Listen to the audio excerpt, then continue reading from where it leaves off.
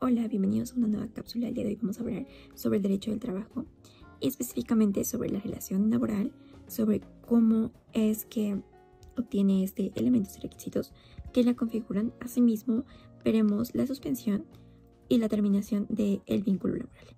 Acompáñenme a analizar esos interesantes temas.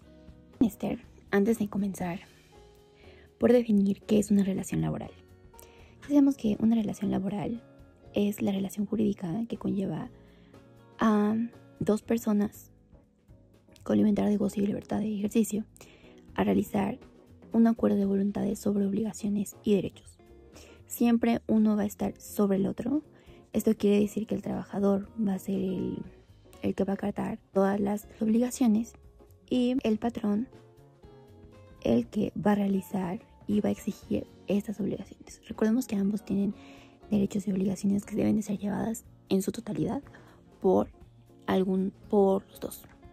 Esto contiene un fundamento jurídico en el artículo 20 de la Ley Federal del Trabajo, en donde nos especifica qué se entiende por una relación de trabajo.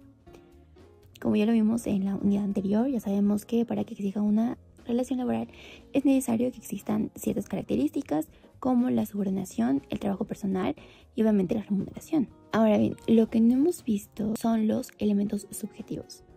Los elementos subjetivos que forman al trabajo laboral son principalmente los que integran su relación jurídica. Y este es el trabajador. Recordemos que debe de existir un vínculo jurídico entre los dos sujetos y el trabajador se encuentra especificado en el artículo 8 de la Ley Federal del Trabajo. Existen muchos tipos de trabajadores. Tenemos el trabajador ordinario. Es todo aquel que nos realiza las funciones específicas de los trabajadores de confianza. Este a su vez se divide en tres, entre los permanentes, los eventuales y los temporales. Permanentes son los que ya tienen de manera fija su lugar en la empresa. Los eventuales son los que solo son de manera temporal, solo van a trabajar por un tiempo. Y los temporales es dependiendo la temporada. También tenemos el trabajador de confianza. El trabajador de confianza está en el artículo 9 de la Ley Federal del Trabajo y establece qué tipo de funciones desempeña. Cada uno de esos trabajadores contiene funciones que debe desempeñar, pero son diferentes. Por eso se llama trabajador de confianza y trabajador ordinario. Vemos que también la Ley Federal del Trabajo indica que el patrón es eximido de la obligación de instalar a los trabajadores que ya no cumplen con su trabajo, amparándose del artículo 50 de la Ley Federal del Trabajo. También tenemos como otro elemento el patrón. El patrón es otro sujeto que recordemos que hace posible esta relación laboral. Sin alguno de estos sujetos no podrá llevarse a cabo dicho acuerdo, dicha relación. Este se encuentra fundamentado en el artículo 10 de la Ley Federal del Trabajo. Existen diversos tipos de patrón. Tenemos el patrón sustituto. Bueno, primero tenemos el patrón, que es el que utiliza todos estos servicios que brindan los trabajadores. También tenemos un patrón sustituto. En caso de que el patrón ya no pueda llegar o seguir laborando, se utiliza un patrón sustituto, porque recordemos que la finalidad principal siempre va a ser que exista en todo momento las obligaciones y los derechos que componen y que obtienen los trabajadores en una relación jurídica laboral. Entonces, para eso se realiza es como nace el patrón sustituto, para que no haya una pausa en las obligaciones y derechos de los trabajadores. Vemos en este apartado de patrones el representante patronal. Eso siempre van a ser los directores, administradores y los gerentes que realizan como una dirección, como si fueran el patrón, pero solamente es su representación. También tenemos el número 3, que es el intermediario. Indica a la persona que contrate y convierte la contratación de los servicios del patrón. Recordemos que esta técnica ha tenido desventajas y ventajas, pero sin duda la primera, la desventaja principal y la más notoria es que se tiende a deshumanizar a los trabajadores y pues también lo que quieren es obra de mano barata. Entonces esta técnica es un poco cuestionable hasta cierto momento. Después de que tenemos esos elementos, también obtenemos elementos objetivos. Los elementos objetivos quedan especificados y resumidos en 3. Eso se establece en el artículo 8 de la Ley Federal del Trabajo. El primero es el servicio personal. Este es nada más representado como el servicio del trabajador que otorga el patrón, siempre va a ser personal, por lo que otro trabajador no puede ser sustituido por otra persona, porque ya tiene en específico la actividad que va a hacer. Tenemos dos, el factor de subordinación en la relación del trabajo. Ya sabemos que siempre tiene que haber una dependencia de parte del trabajador hacia el patrón, ya que el trabajador siempre va a acatar las órdenes que le establece su patrón. Obviamente que estas solamente se relacionen con el trabajo. Este fundamento lo encontramos en el artículo 134 de la Ley Federal del Trabajo. Y bueno, ya tenemos, como les había comentado, el elemento de la relación de trabajo. Esta es la remuneración, que será el pago por las labores que realiza el trabajador. Debe de ser proporcional al trabajo que realiza en cuanto a su fuerza o conocimientos. Para que se pueda llevar un vínculo legal en el derecho laboral, es necesario que cumplamos con una serie de requisitos que nos establecen las leyes. Tenemos los requisitos en laboral, ya sabemos que son de consentimiento, se debe ser expreso, verbal o escrito. También tenemos el tácito.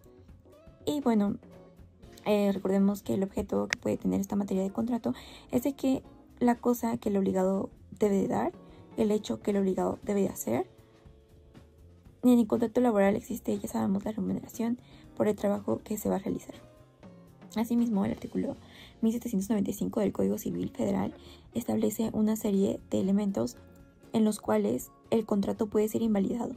Esas son por la incapacidad legal de alguna de las partes, los vicios del consentimiento, por su objeto o que su fin no sea lícito, también por el consentimiento que se haya manifestado de la forma en la que la ley no lo establece. Tenemos, pues ya sabemos que la capacidad de los sujetos es que tengan capacidad de goce, capacidad de ejercicio, que sea mayor de edad, que no, si es menor de edad, no realice explotación laboral, o sea que trabaje más horas de las que se permite. También la libertad del consentimiento, la ausencia de vicios, ya sabemos, como que el contrato no esté realizado con dolo, error, mala fe o la violencia física o moral que lo hayan obligado a realizar este contrato. También tenemos la actitud del objeto, obviamente que para realizar un trabajo este tiene que estar de acuerdo con las leyes que establecen los códigos. No podemos estar vendiendo droga porque sería ya la ilicitud de un objeto. Ya que se obtiene una relación laboral entre el patrón y el trabajador, también es necesario establecer que también puede existir una suspensión en ese trabajo. Las causas son demasiadas por las cuales se puede suspender a una persona. Estas se encuentran establecidas en el artículo 42 de la Ley Federal del Trabajo, en la que se enumera y se enuncia cada una de ellas. Puede ser por la enfermedad contagiosa de algún trabajador, su incapacidad temporal, la prisión, el arresto del trabajador, la designación de los trabajadores como representantes de organismos estatales y la falta de los documentos que exijan las leyes. Los efectos pues pueden ser que los sustituyan nada más de manera temporal y después estos pueden regresar con su trabajo, regresar a la reincorporación de sus labores. O sea que esta suspensión no significa el despido, solamente se suspenden actividades por ciertos tiempos que establece la ley. La formalidad, y esto nos referimos al contrato que establecen las leyes para poder llevar a cabo una relación jurídica en el derecho laboral. Esto se encuentra en el artículo 24 de la Ley Federal del Trabajo y es necesario que las condiciones de trabajo contengan todos los elementos que establece este listado de este artículo. Todos estos elementos se realizan principalmente para que el trabajo que esté de acuerdo con la voluntad y con el derecho, se realice una protección completa para el trabajador y para sus familias. Esto da una certeza y seguridad jurídica para que puedan trabajar de la manera más libre conforme a lo que establece el derecho, cumpliendo sus obligaciones, pero que también sus derechos sean protegidos y no sean tratados con malos tratos. Y bueno, ahora que ya hablamos de todos sus elementos de la suspensión, ahora tenemos que hablar de la disolución de una relación individual en el derecho de trabajo. Como lo vimos anteriormente, sin duda existe un listado de reglas, obligaciones y derechos que son meramente formales para que en esta relación no se vulnere ningún derecho para alguna de las partes, tanto para el patrón como para los trabajadores, ya que sabemos que el El despido injustificado pues también acarrea más obligaciones para el patrón en las que tiene que responder y tiene que justificar por qué se despide a un trabajador. Si no existen objetos que sean congruentes a su despido, debería de pagarle una restauración del daño. Bueno, como conclusión podemos decir que el trabajo tiene múltiples elementos que son lo que lo hace un vínculo jurídico muy extenso y con mucha capacidad para poder analizarlo. Sin duda siempre debemos de tener en cuenta todo lo que dicen nuestros ordenamientos legales para poder llevar a cabo una relación jurídica de trabajo que esté basada en el respeto y en el derecho a obtener obligaciones y también a recibirlas. Así como nosotros como trabajadores tenemos obligaciones de realizar ciertas acciones por las cuales nos contrató, también es necesario que nuestros patrones contengan y nos den esos derechos que necesitamos y que como trabajadores contenemos y que la ley, por supuesto, ampara.